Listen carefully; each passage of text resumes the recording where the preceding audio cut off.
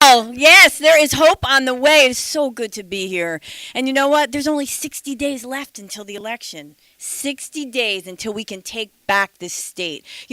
I see why you look that way. I know you're defeated, but you can't be. You cannot be resigned to it because I know it's been a long 3.5 years of New Jersey lagging behind, of failed economic policies. But you know what? It all boils down to 60 days. And we can do this. I'm so proud to have your endorsement of CWA. You represent 70,000 people across New Jersey, 70,000 people. And we all stand for the same things. We all stand for fairness and justice and equality and the fact that every person in New Jersey should have a job at a living wage, should have affordable and quality health care, and should be able to take off a day from work if they're sick and not be afraid they're going to be docked pay or worse, lose their job.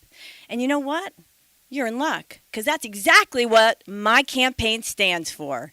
That's exactly what the Buono campaign stands for. And so I stand up for working men and women in New Jersey because I know I wouldn't be here if somebody didn't fight for me. And as Lionel said, I was the majority leader. And, I had to draw a line in the sand when they took away collective bargaining rights for health benefits. And I was the number 2 person. I was the first woman majority leader, and I knew what the stakes were. I knew it would happen, but I was the first legislator out there on the front steps of the State House saying that we should not do this. That collective bargaining is an American right. That has built up the middle class in the United States of America. And you know what? It wasn't even an easy call. It wasn't even a hard call. I'd do it all over again because I believe you have to stand for something. They have to have values. You have to have principles. And I will always put principles before positions. And that's who I am. And I'd like to think that you want a leader who has political courage. And I've shown that that's who I am. For those of you who don't know my background, I should tell you a little bit about it without dwelling too much on it, but it is who I am. My father was an immigrant, came here, didn't speak a lick of English, wanted to be a doctor, lived in Newark, grew up in Newark, but he had to sacrifice that dream because he had to drop out of high school to support his family. That's what they did back then, and in the 20s and the 30s. And he became a butcher, a union butcher, though. And my mother and he grew up, they raised me in Nutley, and we lived in a very small apartment where my parents slept on a fold-out couch in the living room so my 2 sisters and I could have a bedroom. And we didn't have a lot, but we had everything we need, and that's because he belonged to a union. And my father, I remember, he would work his fingers to the bone. He came home so tired at the end of the day that he'd fall asleep on the couch. But you know what? He taught me the importance of hard work, self-discipline, sacrifice, and a good education. And he died when he was very young. He was only 51. I was 19, and my adolescence ended very quickly. My mother couldn't cope. I was on my own. I slept on friends' couches, but I was able to do it because I grew up in a New Jersey that wanted to see a kid like me succeed. And so I was able to go to Montclair State and Rutgers Law School because I drew on the social safety net, my father's veterans benefits, his Social Security death benefits, tuition assistance, loans and grants.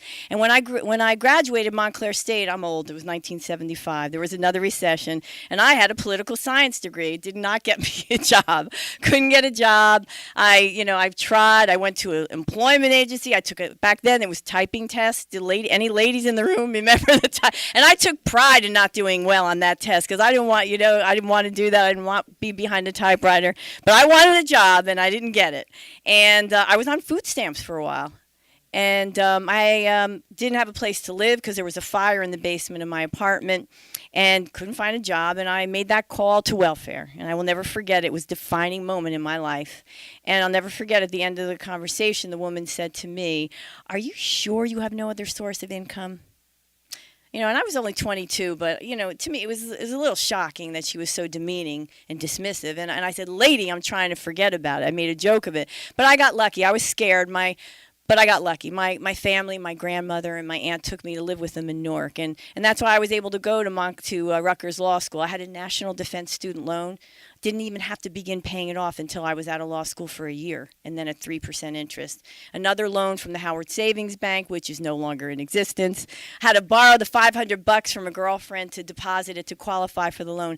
But I was able to do it because we had affordable institutions of higher learning back then. Now it's just ridiculous. And there's no jobs to pay off the loans when you graduate. And so that's why I'm here standing before you. I don't know about you, but I think we need some change in New Jersey. There's a governor who talks about unions like yours being the problem. Unions being the problem? Excuse me? Well, I don't know. I think about my father, and I believe with every fiber in my being that unions aren't the problem. Unions are the solution. Unions are the solution to closing that opportunity gap. In New Jersey, I think we only have one problem. Right? And it's this governor's misplaced priorities. And you know what? We're going to take matters into our own hands on November 5th. And you know what? Problem solved.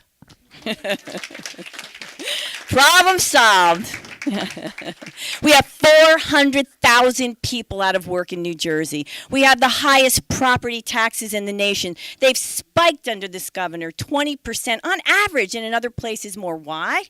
Because he put the wealthiest before the working people of New Jersey. He talks a lot about shared sacrifice, right? But he vetoed a bill that would have increased taxes on millionaires, and it would have funded middle-class property tax relief. And then he turns around and he increases income taxes on low-wage earners. Shared sacrifice? I don't think so.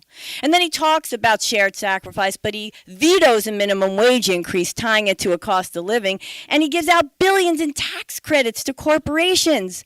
These are the policies that were supposed to build up our economy, but it's landed us. New Jersey's ratings as a place to do business has actually dropped under this governor. We are in the bottom of the barrel. We rank in the 10 worst states to do business. The 10 worst states. A lot of people don't know that. Yeah. And so, it's important that we know that. It's important that we understand what has happened to New Jersey as a result of this governor's policies. He likes to point the finger at you. He likes to point the finger at the middle class for all the problems in New Jersey, but we know why we are where we are. It's his failed economic policies that are rooted in the long discredited philosophy of trickle-down economics, that if you cut taxes for the very wealthy, they just might invest in the economy and create jobs. And we know that has just devastated our economy. You know what? The major difference between me and Chris Christie is this. I'm the daughter of a union butcher. And so you know what? I'm not going to turn my back and blame the hardworking men and women of New Jersey who work 40, 50, 60 hours, 2 jobs, just to make ends meet, to put food on the table and a roof over their kids' head. I'm not going to blame them for the problems that we have in New Jersey. As a proud product of the public schools in New Jersey, from Washington School in Nutley to Franklin Middle School to Nutley High School to Montclair State and Rutgers Law School, I will not turn my back on the students of New Jersey. As someone who knows what it's like to be on food stamps, as someone who knows what it's like to make that call to the welfare office and stand at that fiscal abyss, not knowing where you were going to sleep or where you were going to get your next meal, I will not turn my back on the low-income families of New Jersey ever. I know that we can rebuild New Jersey, and we know how to do it. We do it by investing in our working people, in our middle class. I know that because I lived it. I know it because every person I meet up and down this state, I just see a little bit of myself in every one of them. And so that's why I'm so passionate about running. I know that we can do it. I know that in New Jersey, we understand what it means to work hard for a living wage. And that's all we want. People just want opportunity, right? That's all we want. And so with your help, I will tell you that Millie Silva and I will be working every day and every night from now until November 5th, right? That's the other date. November 5th, October 16th, the 16th and the 5th, okay? 16th and the 5th. I know it's like a little hard because the governor's wasted tens of millions of dollars on this special election just to confuse you, but we're going to make sure that people know. And if you work with us, and I know you will, Millie and I will begin to restore a New Jersey of hope and opportunity for everyone. Thank you so much.